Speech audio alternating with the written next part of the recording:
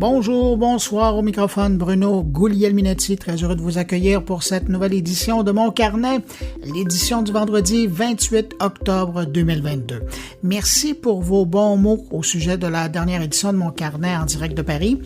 C'était d'ailleurs pas mal agréable de rencontrer des auditeurs du podcast lors du Paris Podcast Festival. Il y a quelques-uns qui sont venus me voir et puis on a pu jaser ensemble, mais c'était aussi très agréable de vous lire après la diffusion de l'édition spéciale. Il y a des gens qui m'ont envoyé des courriels, il y a d'autres qui ont commenté sur les réseaux sociaux. Bref, merci pour vos mots et je suis très heureux de savoir que ça vous a plu. Pour l'édition de cette semaine, je vous réserve un doublé dans le monde des ressources humaines. 2 rencontres avec 2 entrepreneurs de 2 entreprises différentes qui ont développé des outils pour aider les entreprises, les PME, à mieux gérer tout le volet des RH au sein des entreprises. Dans un premier cas, on parle presque d'un directeur virtuel et dans l'autre, on parle d'une application qui facilite la vie des employeurs et des employés. Également au menu de cette édition, une rencontre avec le journaliste Stéphane Garneau qui propose une réflexion sur notre dépendance à la technologie et comment mieux vivre avec tous ces gadgets électroniques qui composent notre quotidien.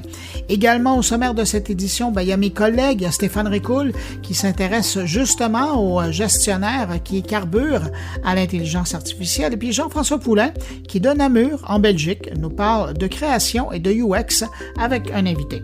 Alors voilà pour le contenu de cette édition. Maintenant, je prends quand même un instant pour saluer 5 auditeurs de Mon Carnet. Salutations à Christian Bellala, Guy Gélina, Irène Londono, Alassane Conné et Denis Vézina. À vous 5, merci pour votre écoute. Merci d'avoir laissé des traces de votre écoute aussi. Puis merci à vous que je n'ai pas nommé, mais qui m'accueillez présentement entre vos 2 oreilles. C'est aussi très apprécié. Alors à tous, je vous souhaite une excellente écoute.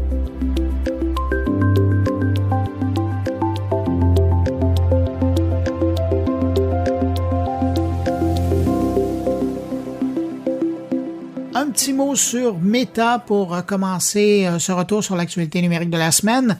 Meta, la maison mère de Facebook et Instagram, qui a publié cette semaine les résultats financiers pour son 3e trimestre et ça va pas vraiment bien. Meta annonce que ses bénéfices ont diminué de moitié comparativement à l'an dernier au même moment. L'an dernier, les bénéfices annoncés étaient de 9,2 milliards de dollars et aujourd'hui, on parle de 4,4 milliards de dollars au 3e trimestre. Pas besoin de vous dire que Meta annonce du même coup vouloir faire des changements significatifs pour redresser la situation. J'en parle parce que en même temps, il y a le gouvernement canadien qui a un différend, appelons ça comme ça, avec Meta et le contexte annoncé cette semaine pourrait changer la donne.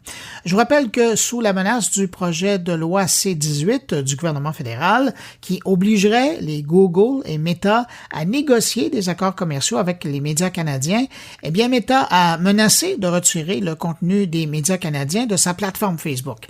Exactement comme dans le scénario de février 2021 en Australie. Une semaine plus tard, la direction de Facebook et le gouvernement australien en venaient à une entente qui donnait 2 mois à Facebook pour négocier des ententes de redevance avec les médias australiens.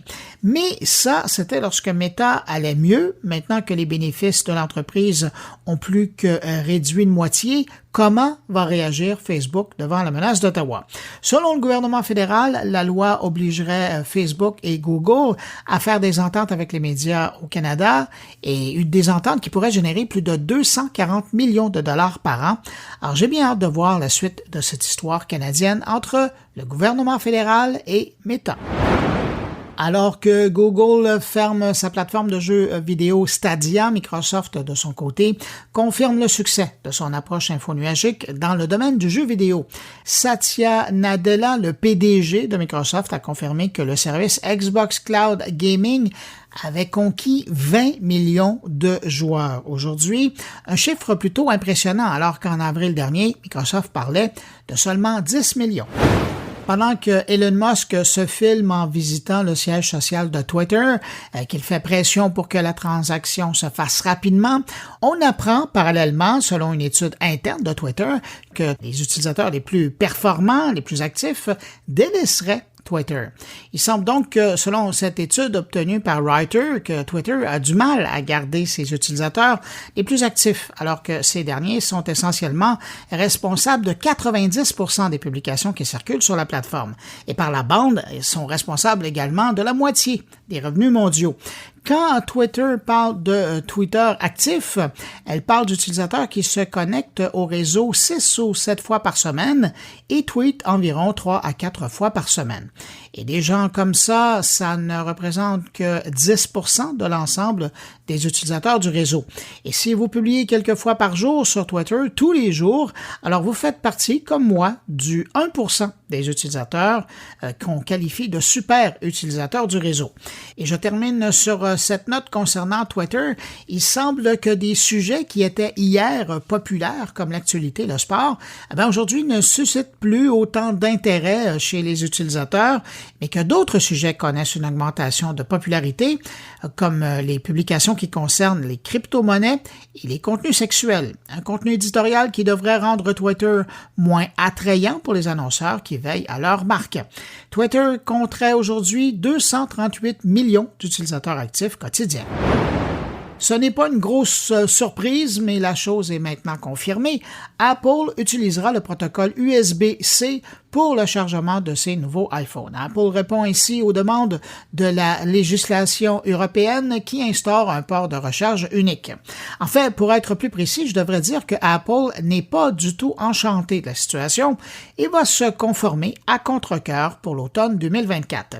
Et au passage, Apple en a profité pour rappeler que ce changement va inévitablement générer une grande quantité de déchets électroniques auprès de ses clients, parce que dans les années qui vont suivre, des milliards d'accessoires Lightning finiront dans la poubelle parce que devenus obsolètes. Des nouvelles de Spotify cette semaine, alors que le service compte un total de 456 millions d'utilisateurs actifs mensuels, on apprend que du nombre, seulement 195 millions d'abonnés sont payants. Et la plateforme espère franchir le cap des 200 millions d'abonnés payants d'ici la fin de l'année. Et petite information intéressante pour les amateurs de podcasts, sachez qu'aujourd'hui, Spotify proposerait 4,7 millions de podcasts sur sa plateforme. Et je termine cette revue de l'actualité numérique de la semaine avec cette information en provenance du App Store d'Apple. Celui-ci s'ouvre aux NFT et aux crypto-monnaies, mais attention à ces conditions. Et de nouvelles conditions d'ailleurs en fait parce qu'on vient d'apprendre que dorénavant, les développeurs pourront vendre des NFT dans l'environnement d'Apple, mais uniquement dans le cadre d'un achat intégré à l'application sur iPhone. Et en complément, un NFT qui aura été acquis par un autre moyen qu'un achat au App Store d'Apple ne devra pas permettre de déverrouiller de nouvelles fonctionnalités d'une application ou d'apporter un avantage quelconque dans l'environnement d'Apple. Bref, Apple veut profiter de l'intérêt des NFT, mais veut également s'assurer de prendre un pourcentage au passage sur tous les achats de NFT dans son écosystème.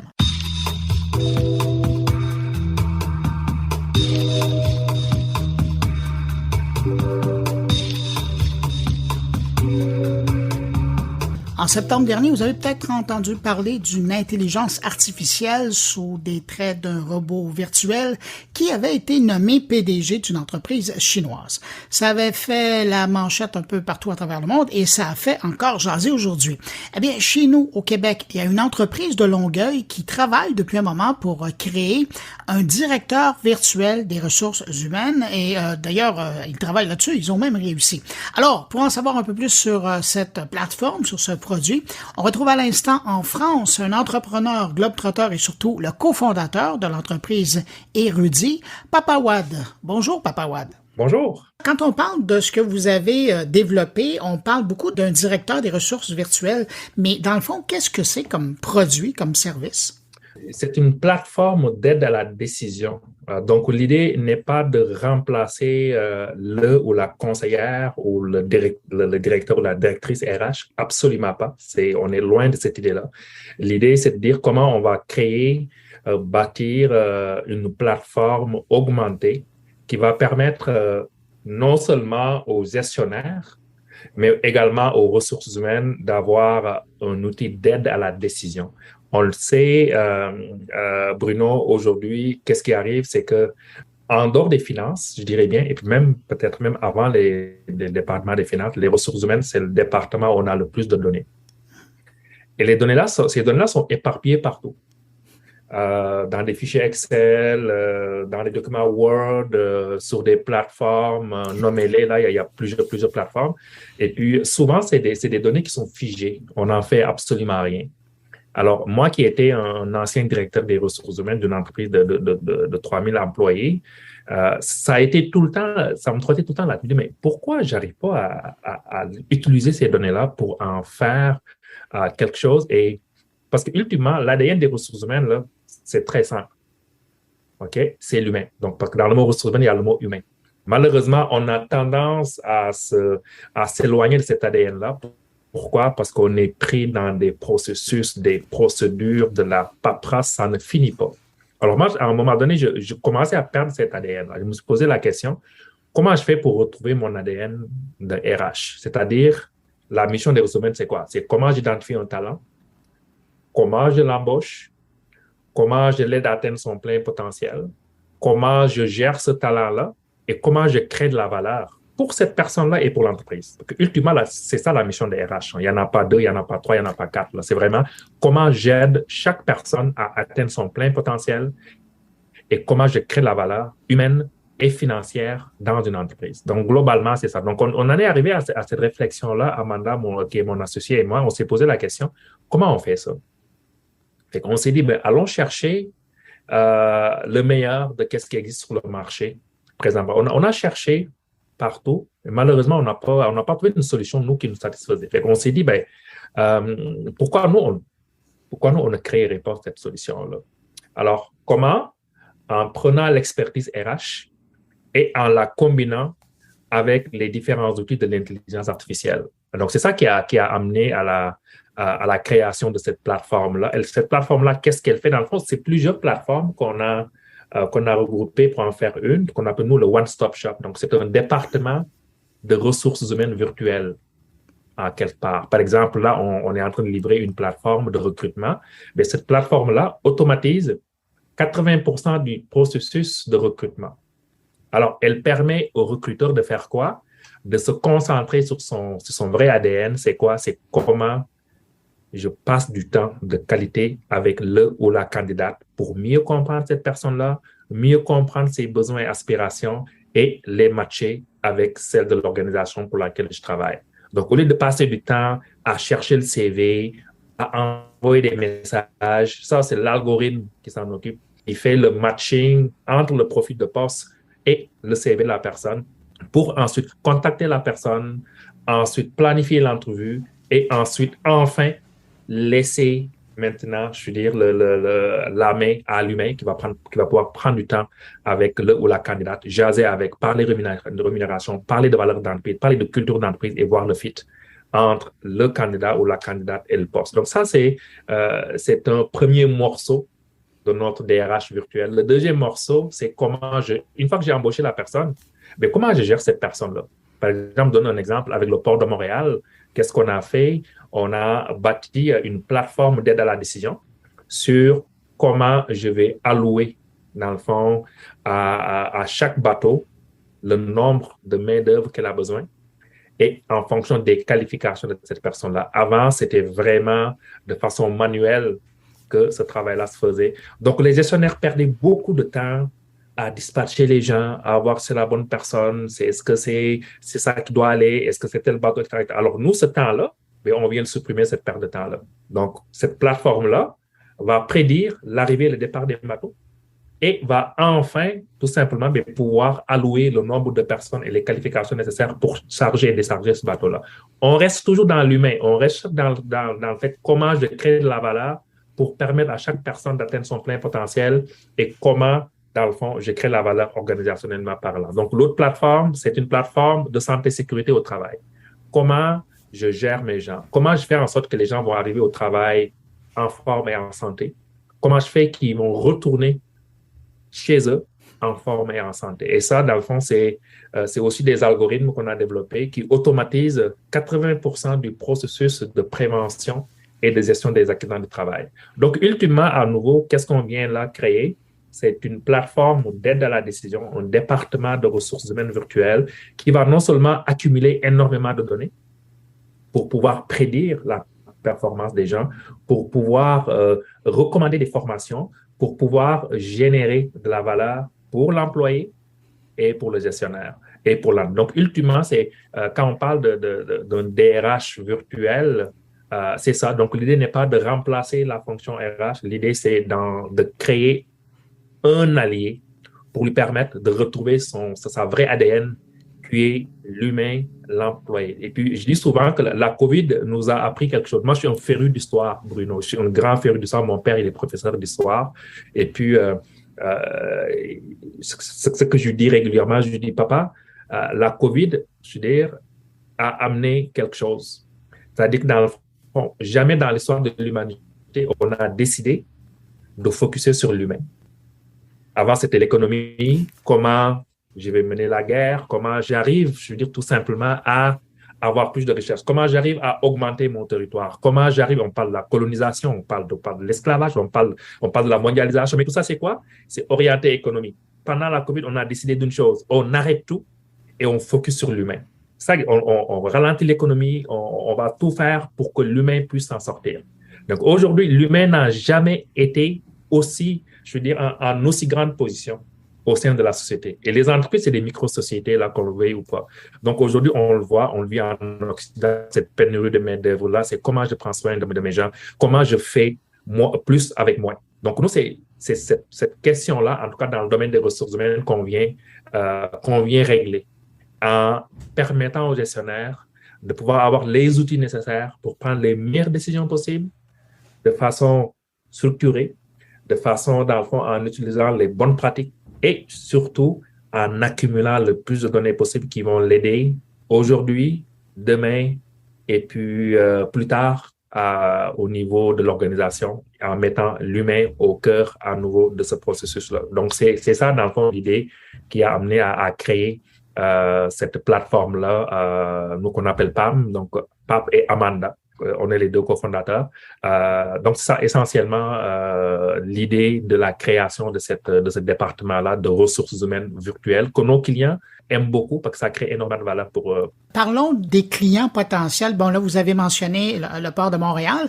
Est-ce que vos clients potentiels, est-ce que ce sont de grandes entreprises ou est-ce qu'une PME pourrait aussi avoir bénéfice de l'utilisation de PAM? Alors, quand on a créé l'entreprise, Bruno, on s'est posé, au début, on s'est dit, on veut démocratiser ça. On le sait qu'au Québec, au Canada, partout dans le monde, les entreprises qui font rouler l'économie, c'est des PME.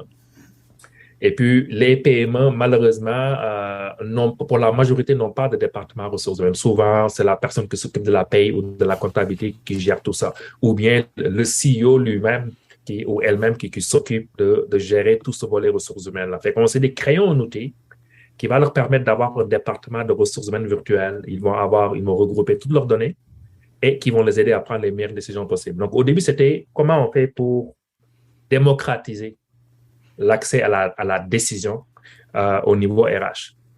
Alors ça remonte à 4 ans quand on a créé l'organisation. Alors, la réalité nous a rattrapés. Tu veux faire de l'intelligence artificielle, ça te prend des données. Ça te prend des données propres, des données structurées. Alors, on a pivoté pour aller voir les grandes entreprises qui, elles, avaient les données et avaient les moyens de mettre de l'argent sur des projets comme ça. Donc là, aujourd'hui, après 4 ans, on arrive à la croisée des chemins où on est capable aujourd'hui de mettre notre technologie qui a été supportée par les grandes entreprises, entre les mains des petites et moyennes entreprises. Par exemple, l'entreprise que je vous ai parlé qui est à Sherbrooke, c'est une très moyenne entreprise qui a eu accès à cette technologie-là qui lui permet d'automatiser 80% de son processus de recrutement. On a une autre entreprise à Québec, c'est une PME également, à qui on a permis d'avoir accès à cette technologie-là. Donc, grosso modo, aujourd'hui, les grandes entreprises, assurément, pour utiliser notre technologie, les moyennes entreprises, parce qu'ultimement, c'est comment j'aide à prendre la meilleure décision. Par exemple, j'ai un employé qui n'est pas performant. Comment je gère cet employé-là? Alors, on a une très belle collaboration avec HEC Montréal qui nous aide à aller chercher toutes ces meilleures pratiques-là pour justement... c'est un système de chat. Bonjour Pam. Aujourd'hui, j'ai un employé, par exemple, qui souvent arrive en retard. Comment je fais avec ça? On va poser des questions. Depuis combien de temps il travaille pour toi? Est-ce que l'employé a eu des problèmes de santé récemment? Est-ce que l'employé a eu, par exemple, des problèmes de famille récemment? Est-ce que? Donc, en fonction des réponses que le gestionnaire ou la personne aux ressources humaines va donner, PAM va être en mesure de faire une recommandation. Par exemple, récemment, on a une recommandation où le gestionnaire voulait absolument congédier l'employé. PAM a dit, basé sur les informations qu'on m'avait données, vous devez aider votre employé tout simplement parce que ce que je comprends, c'est qu'il n'est pas encore allé jusqu'au bout de sa performance. Donc, voici les meilleures pratiques. Mettez en place un plan de gestion de la performance, mettez en place un plan de développement, mettez ci, mettez ci, mettez ça, et puis en fonction de ça, l'algorithme va recommander des formations. C'est un employé qui a de la difficulté à communiquer, mais voici tel genre de formation que l'employé peut suivre, par exemple. Donc, toutes ces informations-là aussi sont enregistrées et poussées dans le dossier de l'employé. Alors, qu'est-ce que ça permet? Ça permet à l'algorithme, si on le ressollicite pour la même problématique, de dire, oups, j'ai déjà fait une recommandation sur telle ou telle affaire. Qu'est-il arrivé avec cette recommandation-là? L'avez-vous suivi? Là, ça n'a pas été suivi, etc., etc. Donc, pour cet employé-là, finalement, l'algorithme PAM a recommandé que le congédiement n'était pas la bonne solution pour cet employé-là.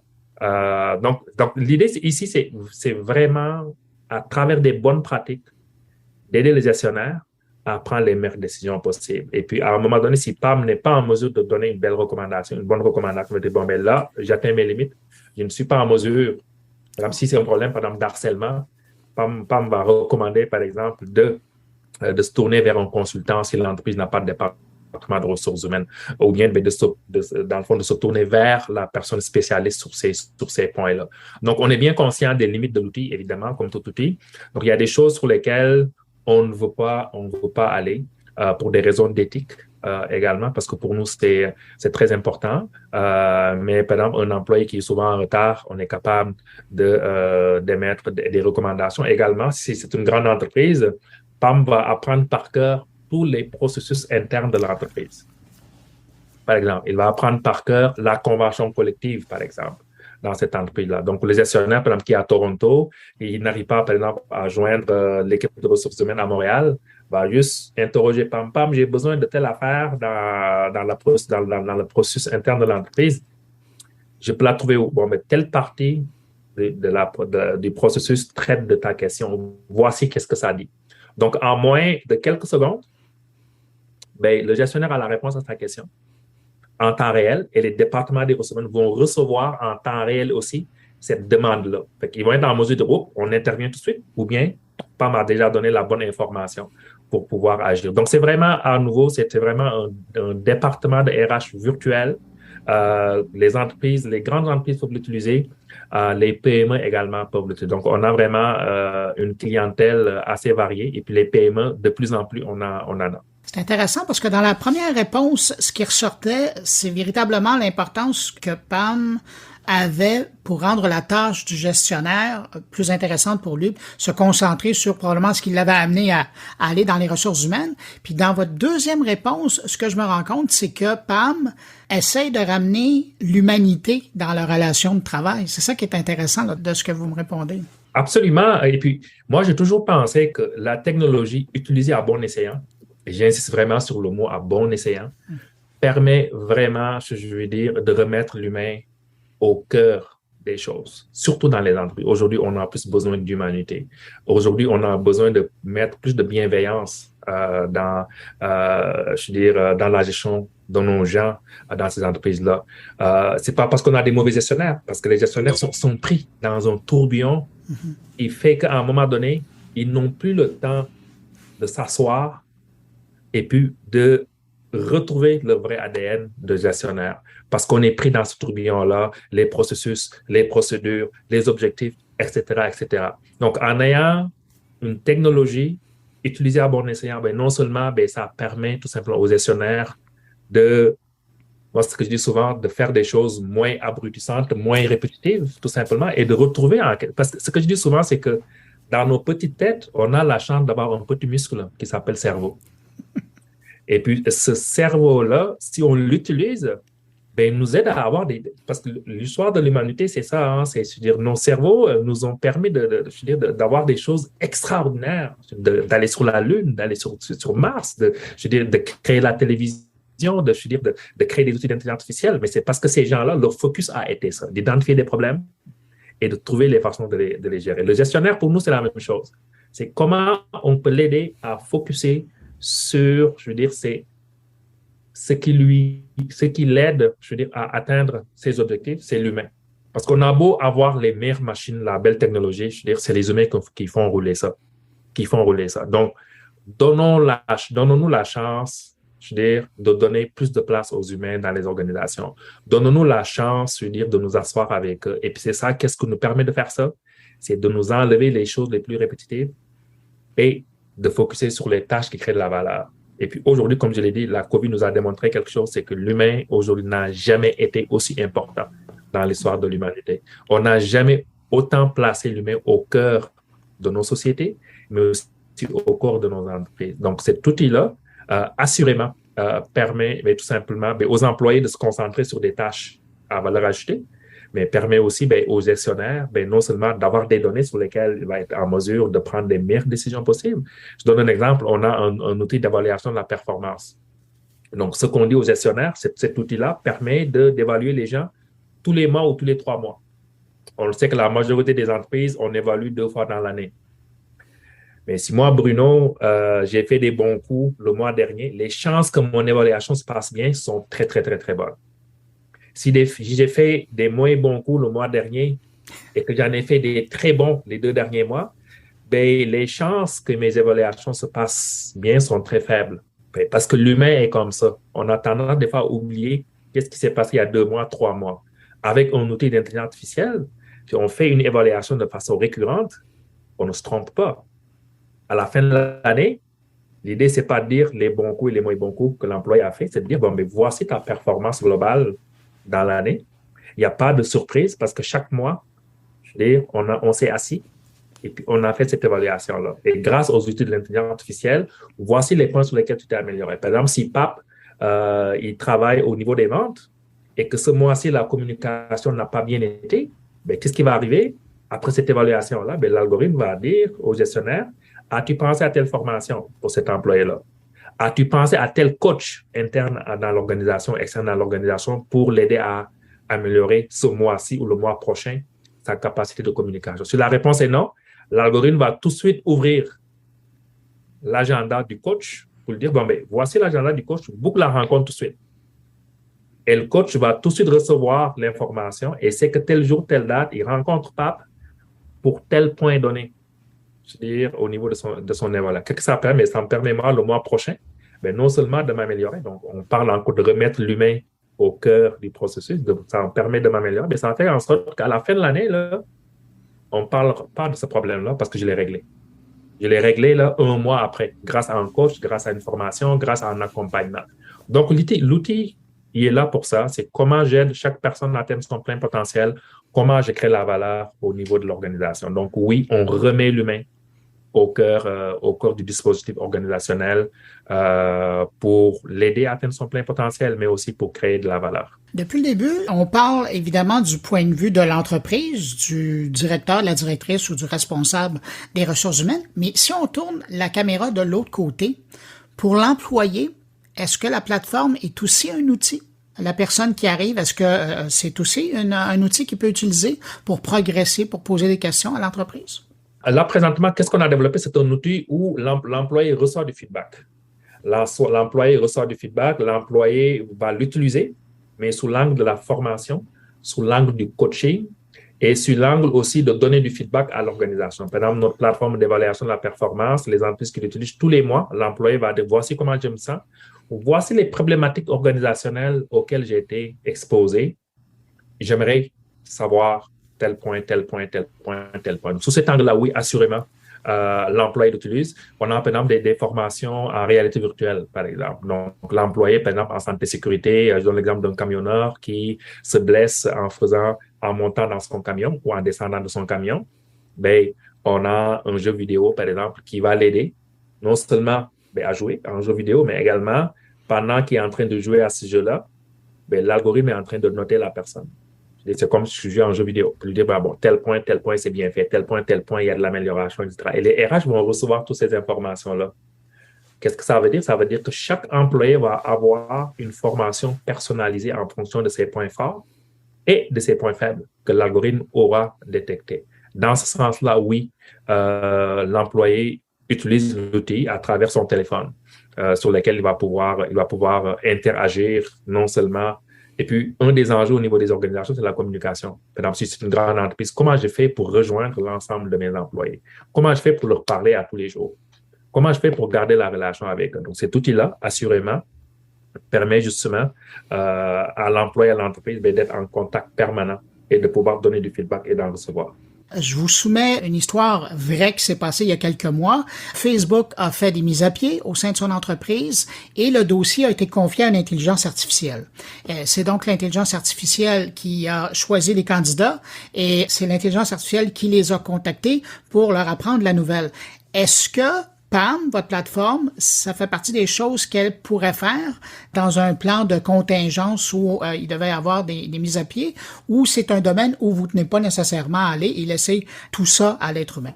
Pour être bien transparent avec vous, on a un algorithme qui est capable de le faire. On a décidé en interne qu'on ne le fera pas. Qu'on ne le fera pas parce que nous, on a signé la Déclaration de Montréal, dans le fond, qui parle beaucoup de ces choses-là, l'éthique.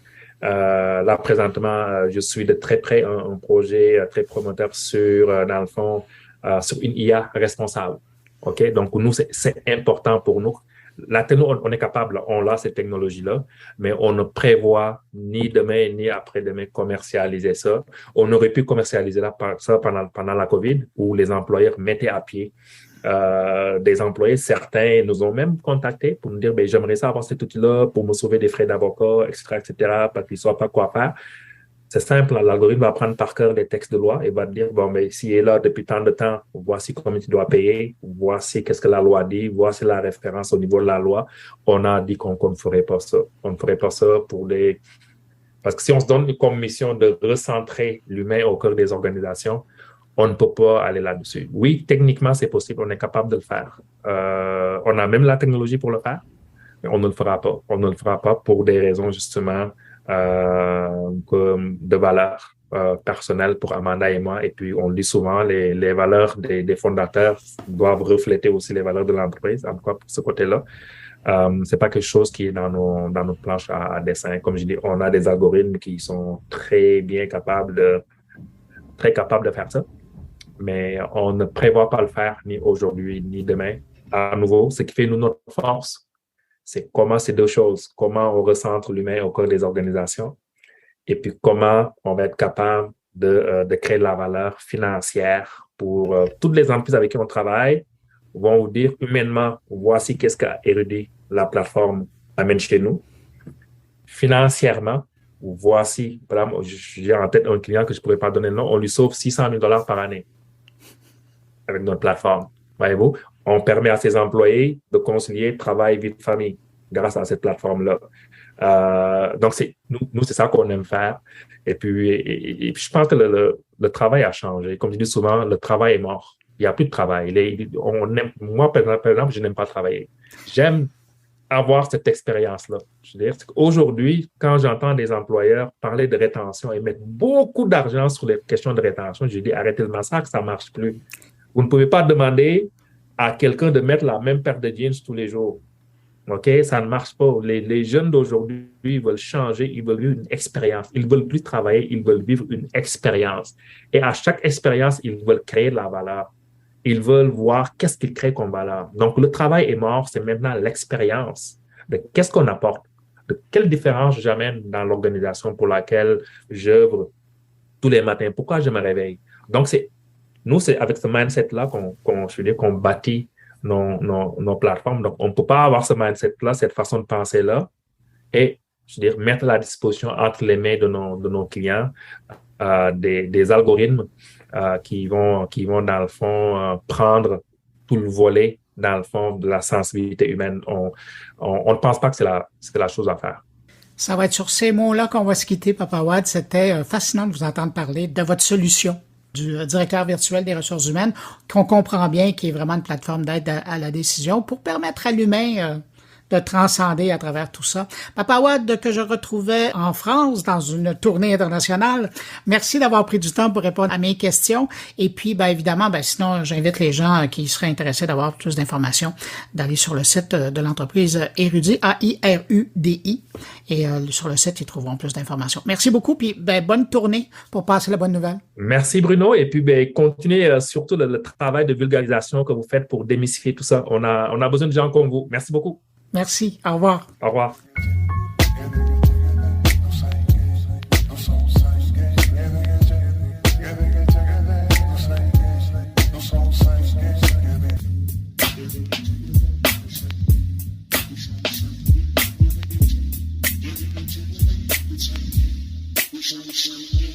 On demeure dans le domaine de la main-d'œuvre et des solutions qui sont disponibles pour faciliter la vie des employeurs, mais également, cette fois, celle des employés. Il y a l'entreprise de Québec Voilà qui propose une solution. En fait, c'est une application pour automatiser les horaires, les remplacements, s'occuper de la gestion du temps, des présences pour finalement optimiser le budget de main-d'œuvre d'une entreprise. Mais ce que j'aime plus particulièrement de leur approche, c'est qu'on sent bien que l'application est pensée autant pour l'employeur que pour les employés.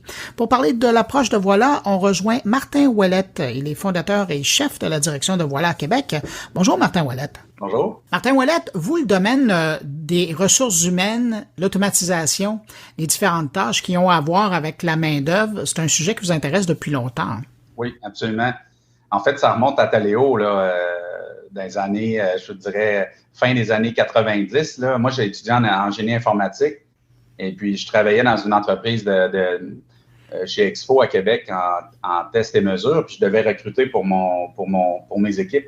Je me suis rendu compte que le processus de recrutement était complètement inefficace. Là, je partais le soir avec des piles de CV. Je me suis dit, il faut trouver une façon d'organiser ça, de structurer tout ça. Fait que de là est venue l'idée de Taléo, c'est-à-dire de créer des questionnaires en ligne. Les gens peuvent s'appliquer. Il y a un système de pointage. Puis, le gestionnaire reçoit immédiatement le meilleur candidat. Tu sais, je regardais ça, je n'avais pas nécessairement de connaissances en ressources humaines, mais je regardais ça du côté du génie informatique. Je me suis dit, on peut sûrement automatiser ce processus-là. C'est ce qui est arrivé avec Voilà. Plusieurs années après, Taléo, ça a été un grand succès. On est allé public en 2005. Oracle a tout acheté en 2012. Moi, je suis parti après ça, puis évidemment, j'avais un peu les moyens de mes ambitions. Je pouvais faire d'autres choses. Fait que j'ai investi avec ma conjointe dans les centres de yoga à Québec, Yoga Fitness. Évidemment, je ne suis pas la personne de yoga, là, on s'entend, mais Amélie, oui. Et là, mais j'ai dit à Amélie, en plus d'investir pour construire les centres, moi, je vais m'occuper des horaires. On m'a donné un coup de main, je vais m'occuper de la gestion un peu du personnel. Au début, on avait juste un studio, ça allait, on était 12-15 employés, on pouvait s'en sortir, mais rapidement, quand on a construit le deuxième puis le troisième studio, 75 employés, 200 cours par semaine, c'est des quarts de travail d'une heure, en fait. Là. C'est 200 cours par semaine, plus la recette, plus les chiffres de recettes. On s'est rendu compte que, moi, je faisais juste ça, envoyer des textos, des courriels, des téléphones, puis pour remplacer des gens de dernière minute, puis j'étais débordé. Puis en plus, les jeunes aujourd'hui, tiennent moins un peu leur disponibilité. Ils vous donnent des dispos, mais une semaine après, ça change parce que là, il y a un cours qui s'est rajouté à l'université ou finalement, ils font un changement de carrière. C'est rendu un cauchemar gérer les horaires. Fait que c'est ça qui m'a donné l'idée, encore une fois, d'investir pour régler mon problème que j'avais. De là est parti Voilà. Mais ça, vous l'avez commencé, Voilà, avant la pandémie? Oui, en 2016. Déjà, vous avez remarqué la problématique de la disponibilité de la main-d'œuvre puis la gestion de son horaire. Oui, absolument. En 2016, on pourrait commencer ça avec des anciens de Taléo qui sont joints à moi. J'ai investi un peu de sous au départ là-dedans pour partir le bal. Après ça, on a fait une première ronde d'investissement avec Panache, Innovia, Desjardins, Investissement Québec. On a levé un peu d'argent, continuer à développer la solution. Au début, on se concentrait vraiment sur un engin pour automatiser les remplacements. C'était le besoin le plus criant. Quand on a présenté ça à des restaurants ici à Québec, entre autres le groupe Resto Plaisir, là, de Pierre Moreau, qui est maintenant un actionnaire chez nous, il a tellement aimé l'application. Comme Gillette avec les rasoirs, là, il a acheté la compagnie, mais il a rentré comme investisseur chez nous. Puis, fait qu'au début, c'était juste les remplacements, mais les autres, ils nous ont dit rapidement, les plus grandes entreprises, ben c'est le fun des remplacements, mais on aimerait gérer l'horaire régulier aussi, l'horaire complet de semaine qui change de semaine en semaine, essayer d'automatiser ça. On a focusé là-dessus beaucoup à développer cette partie-là avec succès. Donc, de plus en plus, on a des clients qui embarquaient. Puis là, à un moment donné, les entreprises de plus grande taille nous ont dit oui, c'est un méchant problème, les remplacements, la gestion des horaires, mais il faudrait régler les feuilles de temps et les poinçons. Parce que 44% du temps d'un gestionnaire, là, croyez-le ou non, là, il est passé juste à corriger les feuilles de temps. Quand vous avez un chiffre de 9 à 5, la personne arrive à 9h moins 1 ou 9h moins 2, puis elle quitte à 5h02. Là. Ben là, le gestionnaire, il faut qu'il aille changer 9h moins 2 pour 9h, puis pour que ça fitte. Il corrige toutes les entrées de temps manuellement dans les feuilles de temps. C'est fou, là. Puis c'est bourré d'erreurs, évidemment. C'est tout manuel. Puis là, après ça, peut-être qu'il y a des primes sur certains quarts, des primes de nuit, de soir, de fin de semaine. Peut-être qu'il y a de l'overtime à gérer. C'est rendu un cauchemar. Là. Fait que notre système, on s'est attardé à la problématique, puis on a décidé de créer un poinçon intelligent. Donc, quand l'employé, sur son téléphone cellulaire, il voit son quart de travail, il rentre au bureau, le système sait qu'il est au bureau. Hey, ça serait peut-être le temps de puncher, t'es rendu, parfait, punch. Et puis là, le système va automatiquement corriger l'arrivée et le départ selon les règles d'affaires. Puis il y a même des entreprises qui vont dire, moi, si tu arrives jusqu'à 12 minutes avant le quart, je te paye, pour que tu te prépares. Ça, on appelle ça une tolérance payée. Il y en a avant, après le quart. Donc, ça peut devenir très, très complexe rapidement, gérer tout ça. Puis notre système le fait automatiquement, remplit la feuille de temps selon les règles de l'entreprise. S'il y a de l'over, là, il y a une approbation du gestionnaire. Mais pour tout le reste, si c'est à l'intérieur des règles d'affaires, c'est automatiquement validé et transféré à la paye. C'est comme si vous avez amené un aspect de jouabilité. Quand on parle de gamification, de la relation employé-employeur, évidemment, pour l'employeur, c'est énormément d'économie, puis c'est une gestion qui est plus facile. Mais du côté de l'employé, je trouve ça intéressant. Je prends un exemple. Je voyais sur un des exemples que vous donniez, à un moment donné, il y a de la disponibilité, il y a une demande, il y a du temps supplémentaire à faire. Est-ce qu'il y a des gens qui sont intéressés? C'est très interactif, votre approche, là. Oui, c'est interactif, mais c'est surtout aussi que ça met l'employé au cœur du processus. Ça lui donne les outils pour gérer son horaire lui-même. Tu sais, s'il veut faire plus de temps, s'il veut travailler les fins de semaine, faire des remplacements, puis augmenter son revenu, il peut le faire. Et puis, il a tout à portée de la main. Il sait ce qui se passe. Il voit sa feuille de temps. Il voit ce qui a été approuvé, ce qui n'a pas été approuvé. Il peut faire ses demandes de vacances, ses demandes de remplacement.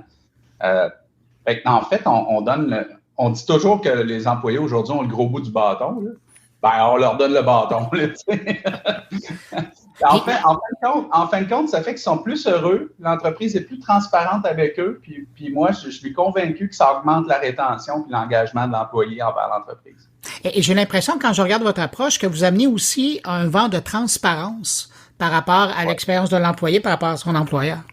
Oui, ben c'est ça, c'est ce que je vous disais, il n'y a pas de secret, là. Il vient de puncher, il a fini son quart de travail. Il voit exactement ce qui a été approuvé, ce qui n'a pas été approuvé. S'il y a un problème, il peut tout de suite contacter son gestionnaire. On a une messagerie intégrée, un peu comme Facebook Messenger, le même principe dans le système. Ça, c'est un point important, la communication avec les employés. Aujourd'hui, on n'est plus capable de leur parler à nos employés. Là. Un courriel, ils ne savent pas c'est quoi. Sérieusement, ils ne vont plus là, ils ne vont plus lire un courriel. Texto, c'est personnel, ça. Puis en plus, Messenger, puis Facebook, les employés, ils ne veulent pas leur employeur sur leur Facebook. Fait que c'est un gros problème de communication que les entreprises ont. Fait qu'on a une messagerie intégrée dans l'application corporative. Et aussi, on a un babillard pour des annonces, plus des politiques d'entreprise, des corporatives, avec des sondages aux employés. Fait que, l'employé se sent participant, là, il sent qu'il participe, dans le fond, au succès de l'entreprise. Tout à l'heure, vous nous parliez de votre expérience chez Taleo, puis vous avez pris justement par le fait que vous veniez pas du monde des ressources humaines, vous avez pris un regard différent par rapport au problème des ressources humaines. Avec Voilà, c'est aussi une autre approche que vous avez pris pour régler le problème des employeurs. Quand vous regardez ça, de l'expertise que vous avez développée depuis 25 ans, là, 30 ans bientôt, où vous voyez le défi aujourd'hui pour les employeurs dans le contexte qu'on connaît en 2022? Le gros défi, là, Puis, je vous parle aussi en tant que propriétaire d'une autre entreprise qui est Yoga Fitness. On a 75 employés. C'est qu'il y a puis voilà, c'est la même chose. Il n'y a pas personne assis. Je donne toujours cet exemple-là. Ils ne sont pas 15 dans le corridor assis sur une chaise avec un CV dans les mains. Là. Fait que, tu sais, à l'époque, là, mettons, on avait des employés qui étaient désengagés, qui ne performaient pas trop ou c'était compliqué. Ben, il y en avait 15 autres qui pouvaient prendre la place. Là, c'est plus ça, là. C'est le contraire. C'est les employeurs qui sont assis dans le corridor et qui veulent un employé. Donc, le gros défi, je pense, des entreprises, c'est de trouver l'équilibre. Trouver l'équilibre. Tu sais, les jeunes aujourd'hui, les gens, puis les moins jeunes aussi, on l'a vu avec la pandémie, hein, la grande, en anglais, tu sais, The Great Resignation, là, la grande démission, là, mais c'est vrai, là. Il y a des gens qui étaient pré-retraite, qui ont trouvé ça bien le fun, se vivre en pandémie, c'est pas si pire que ça, un petit peu moins de revenus, mais regarde, j'ai une meilleure qualité de vie, qui ont pris leur retraite plus tôt, la gang du milieu ont monté pour remplacer ces gens-là, puis les plus jeunes ont pris la place des autres. Puis là, il y a personne en bas de la chaîne, là, fait que c'est une réalité, dans le fond, que les entreprises doivent faire face, c'est-à-dire, la pénurie de main-d'œuvre est là probablement pour rester longtemps. Il faut que je trouve des outils pour que l'employé soit à l'aise chez nous, qu'il trouve son équilibre travail-famille, puis travail-vie personnelle même, parce que c'est beaucoup plus à la mode aujourd'hui à cause de ce qu'on vient de vivre. Donc, il faut trouver des outils pour les garder engagés, puis trouver le bon équilibre parce qu'ils peuvent aller chez le voisin demain matin. Là. Fait que c'est tous ces outils-là d'engagement, de rétention de l'employé, puis de transparence, je pense, qui vont faire en sorte qu'un employeur va être meilleur qu'un autre dans l'avenir. C'est leur gros défi, il est là. C'est une ressource, le personnel, c'est la ressource primordiale, puis là, elle commence à manquer un peu. Donc, il faut développer des outils pour les garder, puis qu'ils soient contents puis heureux au travail. Moi, je pense que c'est leur gros défi. Cette semaine, vous annonciez la conclusion d'une ronde de financement de série A. On parle de 13 millions de dollars. C'est des Walter Venture, Desjardins, Capital et Investissement Québec qui arrivent donc avec de la nouvelle argent. Qu'est-ce que ça va vous permettre de faire? Bien, en premier lieu, ça va nous permettre d'accélérer la croissance aux États-Unis. On a déjà une belle croissance au Québec, ça va bien, dans le reste du Canada aussi. Pour nous, le marché américain est évidemment très important.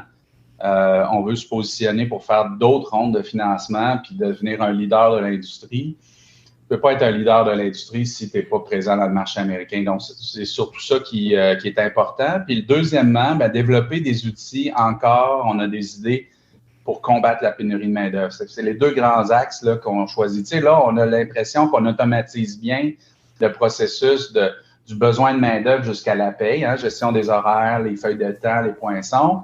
Mais maintenant, il n'y a pas juste ça. Tu sais, il faut qu'il y ait des gens faut qu'il y ait des gens à l'emploi pour que tout ça fonctionne. Tu sais, puis aussi, le fait qu'on a automatisé, n'oubliez pas que dans les entreprises, présentement, il y a même des gestionnaires qui sont manquants. Fait il y a moins de monde en plus pour gérer le personnel. C'est un gros problème. Là. Fait déjà là, on s'attaque à ça.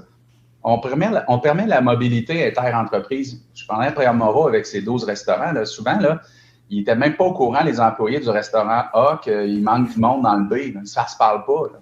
Fait que nous, on a développé une plateforme où on a de la mobilité de main-d'œuvre entre les unités d'affaires d'une même entreprise. Donc, déjà là, c'est des outils qui aident à combattre la pénurie de main-d'œuvre. Puis on a d'autres idées, évidemment, en tête. Là, puis c'est pour ça que l'investissement va être utilisé. Martin Ouellette, il est le fondateur et chef de la direction de Voilà. On lui parlait, on le rejoignait à Québec. Merci beaucoup. Merci, c'était un plaisir.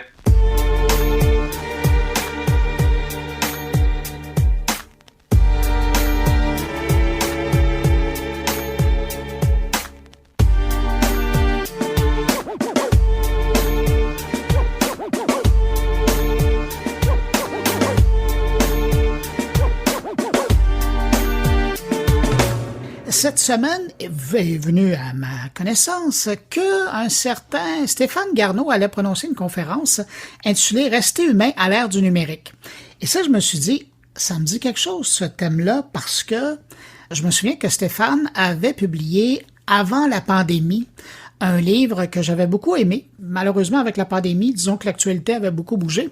Et j'avais pas pu en revenir sur le sujet, fait que je me suis dit, pourquoi pas essayer de le contacter pour revenir sur le sujet, puisque maintenant, il en fait une conférence. Alors, Stéphane Garneau, bonjour. Salut Bruno. Comment ça va? Ça va bien, merci. Toi aussi? Ça va très bien. Difficile d'aller mal, hein, quand on vient d'une semaine à Paris, là. Oui, heureux homme. Bon. Avec du beau temps, c'était le printemps à Paris. Bon, regarde, cette semaine, c'est pas si pire ici au Québec. Hey, Stéphane, donc, je suis pas dans le champ, hein. C'est en 2019, tu as sorti un livre qui nous permettait de connaître ta réflexion d'homme qui suit le numérique depuis si longtemps et de faire un peu le point sur notre relation avec le numérique.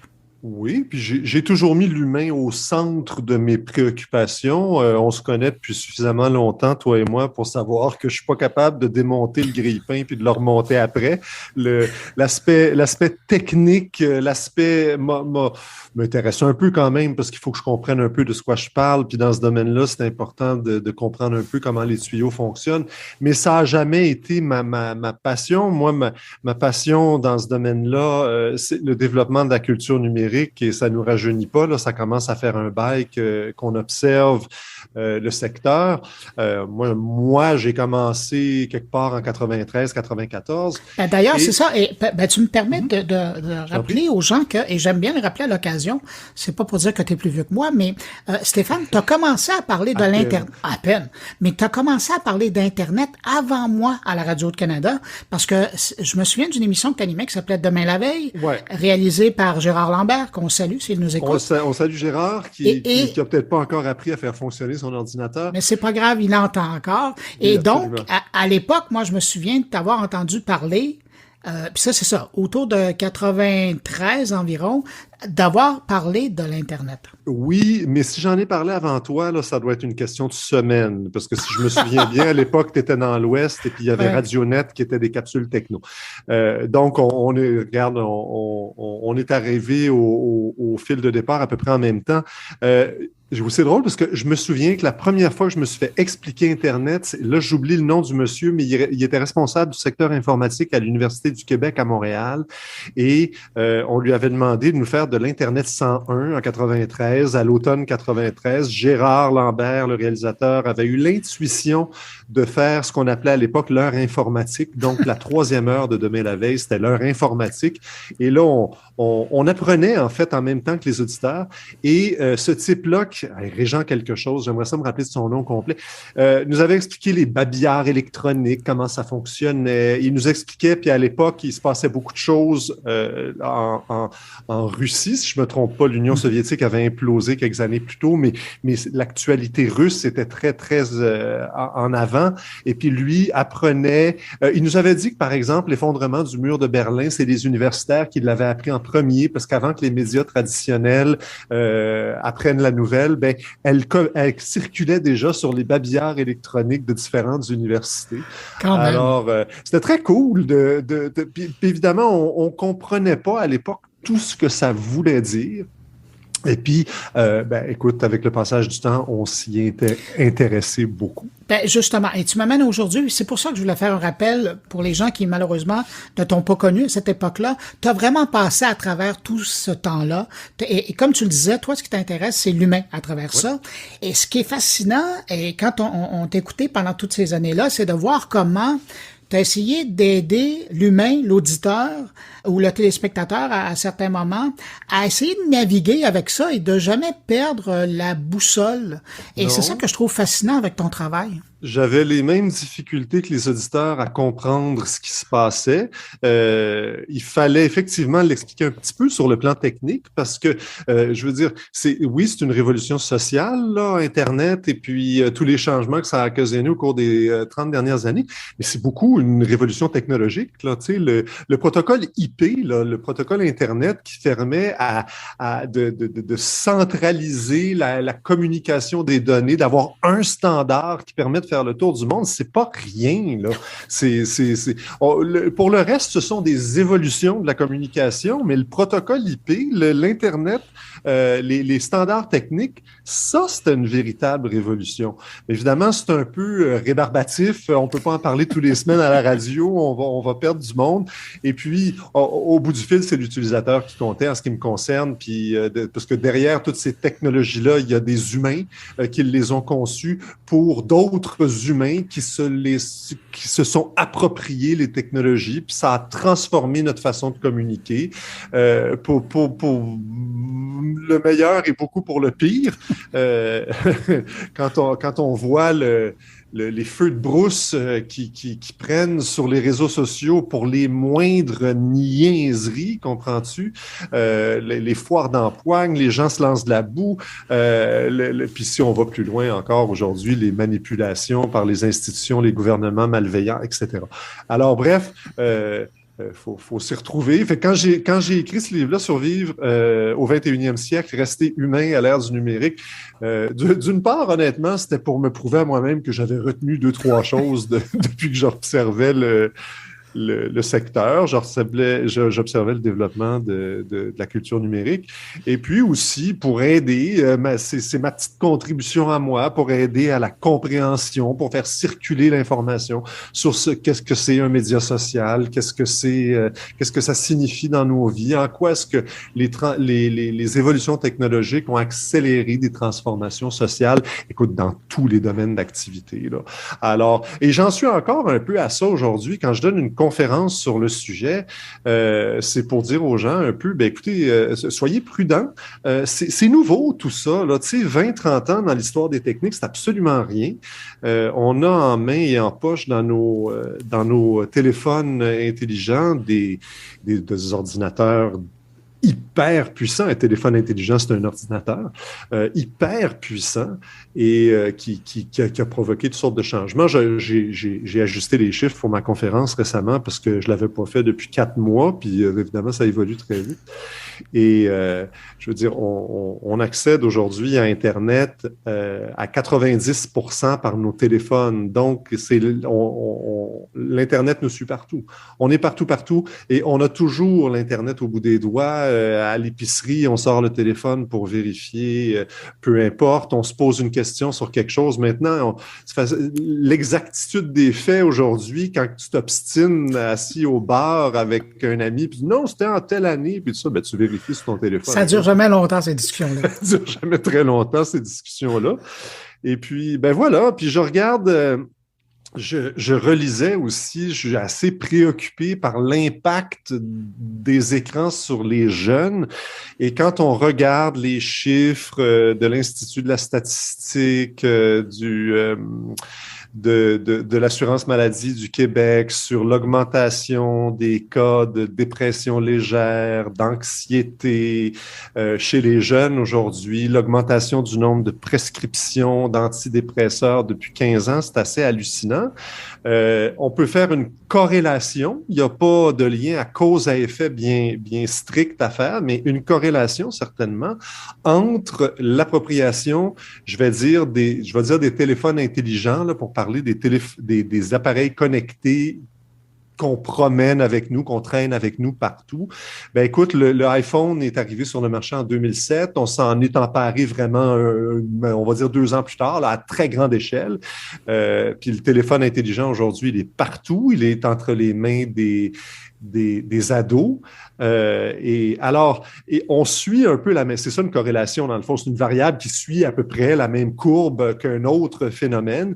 Ben quand on regarde la courbe d'appropriation des technologies portables branchées à Internet et l'augmentation d'angoisse, d'anxiété, de dépression surtout chez les jeunes, mais dans la population en général, je ne peux pas empêcher de dire, ben, je vais pas affirmer qu'il y a une relation de cause à effet. Là. Il y a encore beaucoup d'études à faire. Puis c'est difficile de faire des études dans ce domaine-là parce que les études sur la longue durée ont du mal à tenir compte de l'évolution de la puissance de ces affaires-là. Alors, c'est intéressant, mais je pense que quand je donne une conférence sur l'omniprésence des écrans dans nos vies, ben, c'est pour dire aux gens, débarrassez-vous pas des technologies, c'est pas réaliste, mais soyez prudents, gardez ça à l'esprit, regardez vos enfants aller, regardez-vous aller.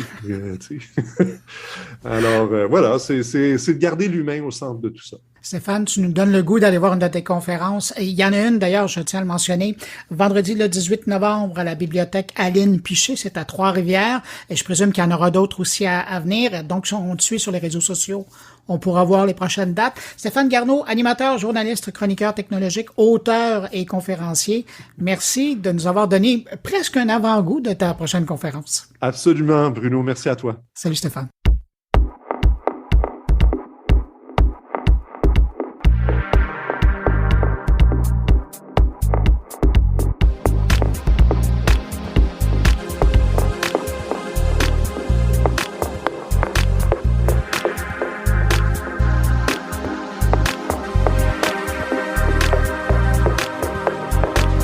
tour de mes collègues maintenant et cette semaine, Stéphane Ricoul s'intéresse aux entreprises qui mettent l'intelligence artificielle au cœur de la gestion de leur organisation.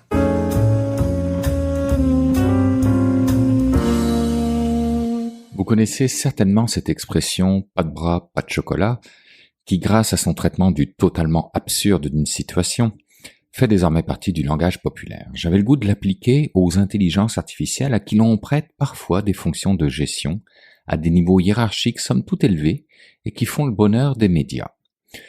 Jusqu'ici, l'intelligence artificielle, dans ce contexte de gestionnaire, avait été utilisée à mauvais escient, c'est-à-dire dans le but de réaliser une escroquerie. Rappelez-vous, en 2019, l'entreprise allemande Euler Hermes Group avait été fraudée par une intelligence artificielle qui avait recréé à la perfection la voix du Big Boss à la tête de la maison mère qui avait appelé le président d'une de ses filiales pour que ce dernier effectue un virement de plus de 300 000 $ canadiens à un des fournisseurs hongrois. Des fonds qui avaient finalement abouti quelque part au Mexique. Une arnaque que le Wall Street Journal avait relatée et qui semble s'être répétée à quelques reprises durant l'année 2019 selon Symantec, qui a déclaré avoir vu au moins 3 cas d'audio apparemment truqués de différents directeurs généraux utilisés pour inciter les contrôleurs financiers principaux à transférer de l'argent. Aujourd'hui, on assiste à un tout autre phénomène, non criminel cette fois-ci, mais certainement pas moins inquiétant, celui de la création d'intelligence artificielle à des fins de gestion d'entreprise ou de partis politiques. Si les médias annoncent dans les gros titres une intelligence artificielle devient PDG d'une entreprise, je pense qu'il est nécessaire d'avoir une certaine perspective dans ce genre de nouvelles applications afin de ne pas tomber dans une dimension dystopique ou au contraire utopique. L'entreprise ayant nommé une intelligence artificielle à sa tête est sans surprise chinoise et c'est une filiale de l'éditeur de jeux vidéo NetDragon Websoft qui pèse quelques millions de $. La filiale en question s'appelle Fujian et sa nouvelle présidente, qui n'existe pas vraiment, s'appelle Madame Tang Yu. Petit coup d'œil à présent sur le communiqué de presse officiel de l'entreprise mère. Premièrement, on comprend que cette intelligence artificielle est nommée à la tête d'une organisation qui n'existe pas non plus, mais qui tend à exister, à savoir une organisation qui passera un jour d'un modèle d'affaires classique à un modèle d'affaires entièrement basé sur le métavers, donc 100% numérique. Et c'est seulement à ce moment-là que l'intelligence artificielle jouera pleinement son rôle en rationalisant le flux de processus, en améliorant la qualité des tâches de travail et en améliorant la vitesse d'exécution. De plus, cette IA servira également de hub de données en temps réel et d'outil d'analyse pour soutenir la prise de décision rationnelle dans les opérations quotidiennes, permettant une gestion des risques plus efficace. Et enfin, cette intelligence artificielle jouera un rôle essentiel dans le développement des talents et assurera un lieu de travail équitable et efficace pour tous les employés. En gros, dès les premières lignes du communiqué de presse, on comprend que Fujian, la filiale de NetDragon, réalise un projet de transformation numérique afin d'intégrer des solutions d'affaires technologiques lui permettant d'optimiser son fonctionnement afin d'assurer sa croissance dans un marché ultra concurrentiel. Ça, c'est le discours que j'aurais tenu personnellement comme dirigeant marketing d'une firme spécialisée en transformation humaine, technologique et durable et que les médias ont transformé en une intelligence artificielle devient PDG d'une entreprise. Faire du sensationnalisme avec ce genre d'avancées technologiques, c'est définitivement mal comprendre le monde numérique dans lequel nous évoluons. La privatisation numérique est en cours et ne cesse de gagner du terrain. Et la citation du vrai président, cette fois-ci de NetDragon, à la toute fin du communiqué de presse, va en ce sens, et je vous la cite. Nous croyons que l'IA est l'avenir de la gestion d'entreprise et la nomination de Madame Tang Yu représente notre engagement à vraiment adopter l'utilisation de l'IA pour transformer la façon dont nous exploitons notre entreprise. Nous allons continuer à développer nos algorithmes derrière Tang Yu pour construire un modèle de gestion ouvert, interactif et hautement transparent alors que nous nous transformons progressivement en une communauté de travail basée sur le métavers, ce qui nous permettra d'attirer une base beaucoup plus large de talents dans le monde entier et nous mettre en position d'atteindre des objectifs plus ambitieux. Soyons très clairs ici, il ne parle en aucun cas de préparer sa relève comme n'importe quel bon gestionnaire fait au quotidien. Maintenant, allons du côté politique. Au Danemark, pour être précis, le parti synthétique, et oui, c'est ainsi qu'il se nomme, fondé par un collectif d'artistes, a décidé d'être représenté par une intelligence artificielle créée à l'aide du hub technologique MindFuture Foundation.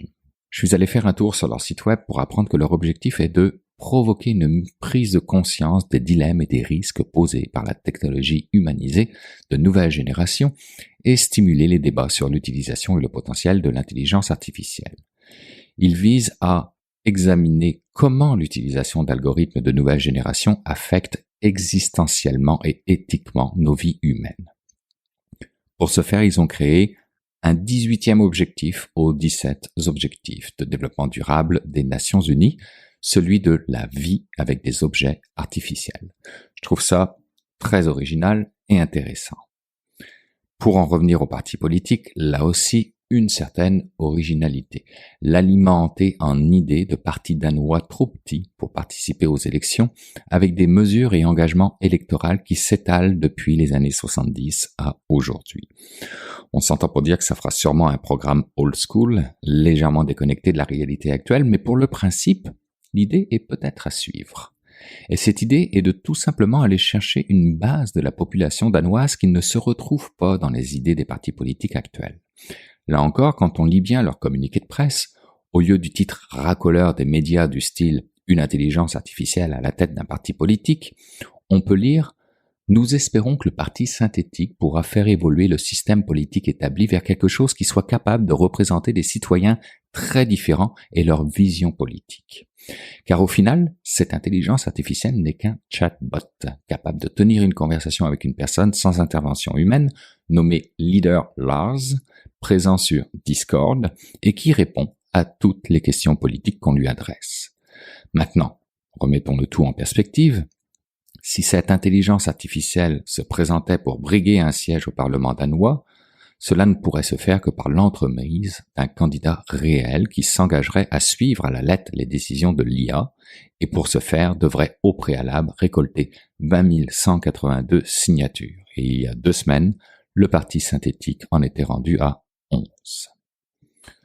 Tout cela me fait penser au livre Quality Land, dans lequel la société civile est pilotée au complet par des algorithmes, la privatisation numérique dont je parlais plus tôt, et avec une société civique pour laquelle un robot humanoïde appelé John of Us prétend être le meilleur candidat pour diriger cette province appelée Quality Land.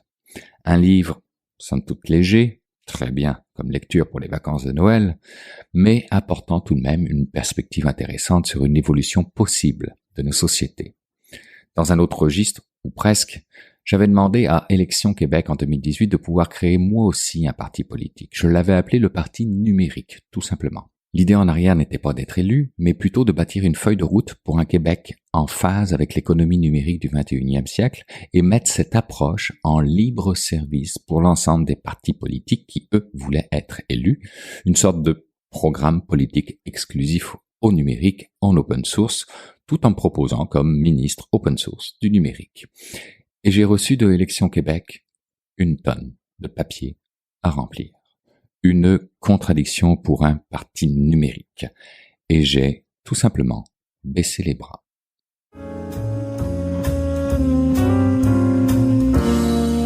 C'est maintenant temps, comme à l'habitude, d'aller rejoindre mon ami Jean-François Poulain, quelque part sur cette planète. Bonjour Jean-François. Bonjour Bruno, oui, je suis à Namur cette semaine pour le festival KIK, K-I-K-K, qui est un festival d'art numérique. Ça va être super intéressant, ça commence cette semaine donc. Est-ce qu'il fait beau en Belgique? Il fait magnifique en Belgique, il fait beau soleil, une belle température comme à Montréal. Profitez-en. Parlant de profiter, nous, on va profiter de tes rencontres parce que c'est intéressant cette semaine. Tu as déjà parlé récemment de UX et de créativité et tu reviens sur le sujet parce que ça a tellement créé d'intérêt de part et d'autre, des gens qui nous écoutent, puis aussi des gens qui ont vu le sujet en ligne. Tu avais le goût de revenir et là, tu as fait une rencontre que tu vas nous partager. Exactement. Puis tu te souviens, c'est avec Cécile Ricordeau qu'on a parlé il y a quelques semaines, qui nous parlait de l'industrialisation du numérique, comme quoi le UX ou en fait un peu tout le processus des méthodologies pour créer des initiatives numériques, des sites web, des apps, tout ça, enlevait beaucoup la place à la créativité. Et elle a fait d'ailleurs une conférence à Paris Web où j'étais il y a 3 semaines, tu te souviens, à Paris. Et donc, quand j'en ai parlé un peu, j'ai dit, bon, il y a une espèce de grogne un peu dans le numérique, il y a une frustration entre cette méthodologie qui quand même nous rend la vie un peu plus facile à tous. On communique beaucoup mieux qu'on communiquait il y a quelques années, mais il y en a qui perdent un peu patience avec cette méthodologie-là parce qu'ils disent ne plus être capable de créer. Donc, j'ai posté ça sur mes médias sociaux, j'ai eu des réactions intéressantes. Et cette première entrevue que je fais avec Sacha Aouzi de l'agence Locomotive à Montréal, il nous parle de la perspective de justement comment on met du UX et de la créativité et comment on balance cette créativité-là par rapport à des méthodologies, comment on teste avec des utilisateurs qui vont nous dire s'ils aiment ou qu'ils aiment pas ou comprennent ou qu'ils comprennent pas, etc. Comment on insère aussi de l'accessibilité dans tous ces projets-là sans couper la créativité. Tu as bien mis la table, on va écouter cette rencontre-là. Je te remercie, puis on se retrouve la semaine prochaine. Merci Bruno, à la semaine prochaine. Salut. Le but de notre conversation aujourd'hui, c'est en réaction à ce que j'ai rencontré à Paris Web. Il y a une frustration dans le marché en ce moment sur ce qu'on appelle un peu l'industrialisation du numérique, où on est étapiste maintenant. On fait de la recherche. Souvent, on va parler beaucoup plus à nos clients. On va faire des tests utilisateurs, on va faire du prototype. Donc, on est moins dans le modèle qui était beaucoup plus créatif des agences traditionnelles qui disaient « Moi, je sais ce qui est bon pour toi, laisse-nous un mois, on te revient avec un résultat. » Toi qui es en agence maintenant, chez Locomotive, comment vous gérez ça? Et c'était exactement ça dont on voulait parler aujourd'hui. Donc, comment on gère la métho qui est très scientifique en fait, dans un certain sens, versus la créativité, surtout en agence, parce qu'il y a d'autres modèles aussi, là. Ouais, c'est un très vaste thème qui est souvent à débat, surtout dans les modèles d'agence. La chance que j'ai chez Locomotive, c'est qu'on n'est pas 50 ou 60, on est une petite équipe de moins de 30, ce qui permet de maximiser la collaboration et que moi, en tant que UX, on peut venir facilement me parler s'il y a une nouvelle idée créative qui est venue. Tous les projets sur lesquels on commence, au tout début, bien sûr, moi, en tout cas, en tant que UX, je cible le problème qu'on veut solutionner à travers la recherche qu'on a faite sur le site. Mais le constat principal, c'est que je travaille sur la plupart en début de projet, puis moi, ce que j'ai en tête en UX, c'est que je donne le périmètre du projet, le périmètre d'action sur lequel on peut intervenir.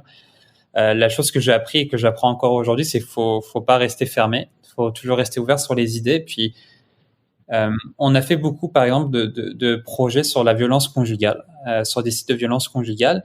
Et la problématique, il y a beaucoup de problématiques dédiées à ce genre de site web-là. Puis, cette problématique-là, elle est souvent résolue par des idées. Puis, c'est souvent qu'on fait en fait des ateliers entre moi, le directeur de création, et le directeur artistique, qui est là pour générer des idées aussi. Donc, je pense que tout le monde a sa part aussi. On laisse la part aussi aux autres pour contribuer au UX du site. Et c'est ça qui permet, en fait, je pense, de combiner les deux. Moi, en tout cas, dans mon champ d'action, malgré que je définis la structure des pages, la structure du site, je laisse quand même une partie un peu plus, une inconnue à travers ces pages-là pour laisser la place à d'autres personnes en création pour intervenir. Je reste pas fermé, bien sûr, aux idées, mais l'idée, c'est qu'elle soit toujours bien définie. Donc, à chaque fois qu'un directeur artistique propose quelque chose de nouveau, on collabore ensemble, on discute ensemble pour voir si au tout début, ça fait du sens, si ça marche bien et c'est bien pensé, et que par la suite, il peut aller plus loin dans son idée. Donc, beaucoup, en fait, par exemple, d'idées en UX sont venues aussi d'idées créatives. Et pour moi, ça va pas c'est pas deux routes éloignées, ça va dans le même sens. On veut juste apporter une expérience qui soit beaucoup plus créative et faite aussi pour l'utilisateur. Donc, dans le sens, moi, ce que je donne, c'est la route dans laquelle on va aller, les panneaux de signalisation que tu dois mettre. Puis après, si tu veux faire ta route bleu, rouge, avoir des triangles sur le passage, on va en discuter, puis on va voir si ça va influencer sur l'expérience de conduite du conducteur, par exemple. Je prends l'image d'une autoroute qu'on conduit, mais c'est pour reprendre un peu ce principe-là où, en fait, les gens qui vont générer des idées ont aussi besoin d'un cadre pour savoir si l'idée est pas trop grande ou pas trop petite. Donc c'est là en fait où j'ai un intérêt puis un apport à donner ici, c'est que t'es un peu le garant de l'expérience, mais t'es aussi là pour créer des expériences qui soient aussi émotionnelles. Donc la partie fonctionnelle où je suis garant parce que ça fait partie aussi de tous les critères d'accessibilité, d'utilisabilité. Il y a aussi une partie de créativité, d'émotion qui est aussi apportée par des nouvelles idées créatives de d'autres personnes. Donc c'est comme ça, en conjuguant, je pense, surtout la collaboration à travers des idées, on peut mêler la création et l'UX qui sont, en fait, je pense, deux thèmes qui vont dans le même sens, ou même en général le design, parce que c'est vrai qu'on fait beaucoup de raccourcis en disant design puis design UX, mais ça c'est un autre thème à aborder. Mais c'est subtil parce que la limite, on se fait accuser, ou c'est un peu le malaise, que le UX est quelque chose qui restreint la créativité. Par exemple, je ne sais pas si vous en faites, mais par exemple, si on va en test utilisateur, on va voir des utilisateurs, on teste sur eux ou avec eux les interfaces qui sont proposées, qui peuvent, dans votre cas, venir des créatifs. Et là, ça va être peut-être un frein, justement, parce que les utilisateurs sont souvent une voix un peu peut-être discordante sur quelque chose qui se veut beaucoup plus créatif. Là, on ne parle pas d'interface d'un système comptable, mais beaucoup plus d'une interface un petit peu plus proche d'un monde de la publicité, là. Exactement. Puis de ce point de vue-là, on fait toujours encore des tests utilisateurs sur des sites un peu plus gros, un peu plus systémiques dans son approche du design. Puis c'est là aussi qu'en fait, il y a aussi une maturité à avoir du côté des gens qui génèrent des idées. C'est que on peut pas forcément avoir des idées créatives, ou en tout cas, quand on parle d'idées créatives, des idées qui sont à l'opposé d'une expérience mal pensée, par exemple, ou bien pensée. L'idée, c'est que généralement, moi, quand je fais les tests utilisateurs, le directeur artistique prend aussi conscience qu'il y a un périmètre beaucoup plus défini à ce moment-là, et puis on peut pas tout casser à ce moment-là, parce que c'est sûr que moi, quand je fais mes parties de wireframe, j'ai à cœur que le designer à côté suit le modèle précis, mais qui challenge parfois certaines idées.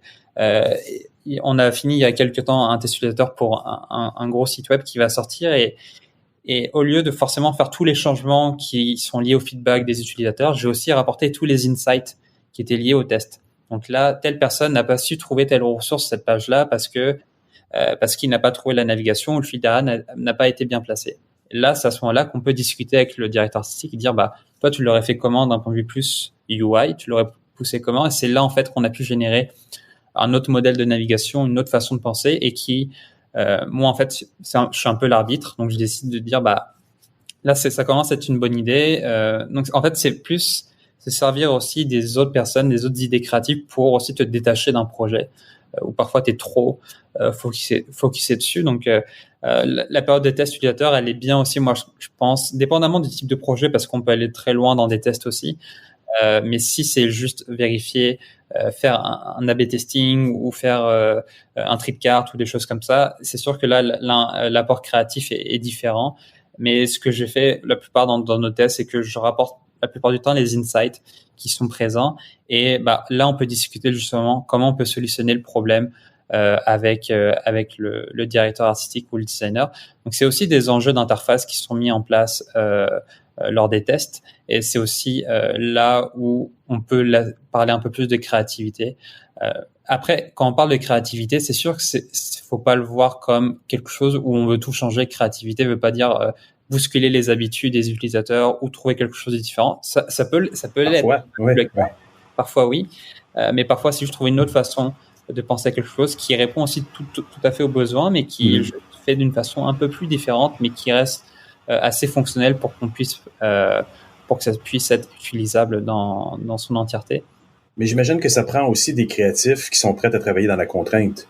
Oui. Parce que tu peux pas, j'imagine que c'est quasiment impossible de penser qu'on a une page blanche à chaque fois.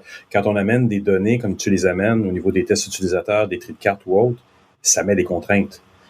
Ça met des contraintes, mais ça met des contraintes aussi auxquelles le designer est habitué parfois. Donc, l'autre inconvénient, c'est que si, ou pas, c'est peut-être pas un inconvénient, mais si cette personne-là démarre un projet et qu'il n'a pas une base de structure de wireframe ou autre, il va aussi être plus habitué et être perdu dans un sens. Donc, il y a aussi un bon réflexe à avoir de ce côté-là. Après, ce qui arrive aussi, ce qu'on a fait chez Locomotive, c'est qu'on distingue deux types de projets. Un qui est beaucoup plus, on le qualifie d'émotionnel, et un beaucoup plus fonctionnel. Puis dans cette diagramme-là, il y a si le projet est très complexe ou très simple.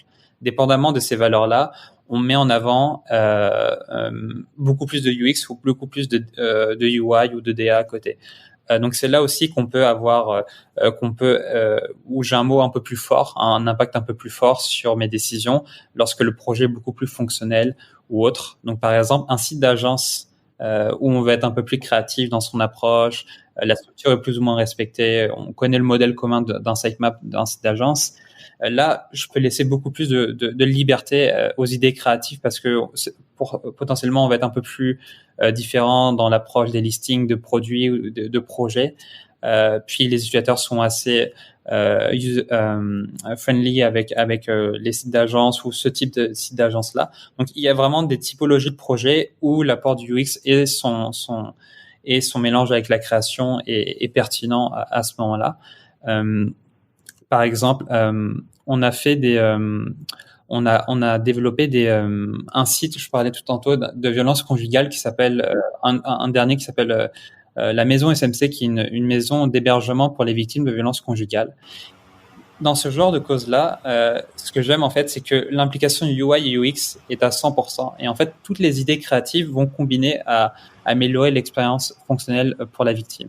Il y a un équilibre. Il y a un équilibre parfait dans un cas comme ça, là. Exactement, parce que le design a pour coup un impact humain sur n'importe quel élément que tu vas rajouter dessus. À un moment donné, une directrice artistique, donc une de mes collègues a fait une direction artistique avec plein de fleurs, des fleurs pour mettre en avant l'espoir, le développement personnel aussi, une fleur qui se reconstruit. Puis il y a plein de fleurs sur le site. Et là, je dis, ça c'est une belle idée que tu as mis, ça va améliorer la beauté du site, puis le visuel, puis l'attraction, etc. Mais on peut peut-être aller plus loin pour combiner l'expérience. Peut-être que ces fleurs-là, par exemple, elles pourraient cacher le site au bout de 40 secondes lorsque la victime quitte l'onglet, par exemple. Donc, c'est comme une carapace un peu qui rend flou le site pour éviter que, par exemple, la personne violente puisse voir le site ou en tout cas que ça puisse masquer et améliorer la privacité du site. Donc, c'est de ces manières-là, parfois, qu'on peut combiner des idées visuelles, créatives que la personne a pensées et s'en servir pour mettre en avant des ajouts, des améliorations à l'expérience utilisateur. Là, c'est un scénario assez spécifique, assez spécial qu'on fait affaire, mais généralement pour ce genre d'implication-là, de cause où l'empathie et le design a un fort rôle à jouer, la collaboration entre la création et l'UX est en fait coule de source directement, puis on n'est plus considéré comme par silo, UX, UI, développement, c'est vraiment plus un binôme qui est amené à la phase de conception et qui collabore dans ce sens-là. Puis c'est beaucoup plus, je trouve, gratifiant aussi.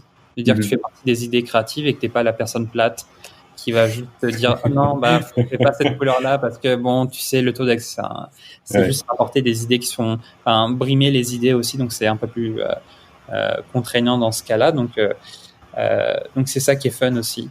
Donc vous avez trouvé un équilibre. Il y a un équilibre.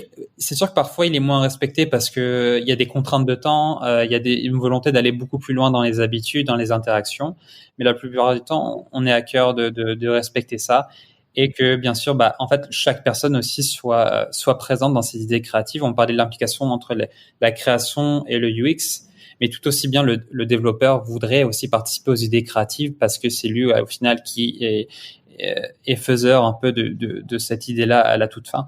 Donc il y a un mélange un peu entre tout ça, entre le fait que même la partie UX intervient à la dernière phase du développement du site avec les développeurs aussi qui vont générer aussi des autres idées une fois qu'il y aura à développer des interactions ou à faire le prototype du site.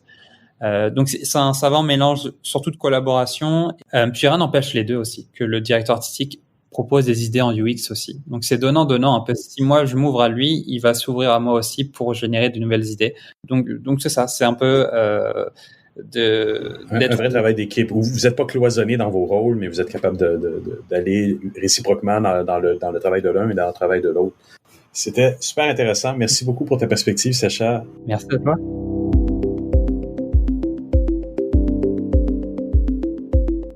Voilà, c'est ainsi que se termine cette édition de Mon Carnet. Merci à nos invités. Merci à Stéphane Ricoul et Jean-François Poulain d'avoir été présents cette semaine.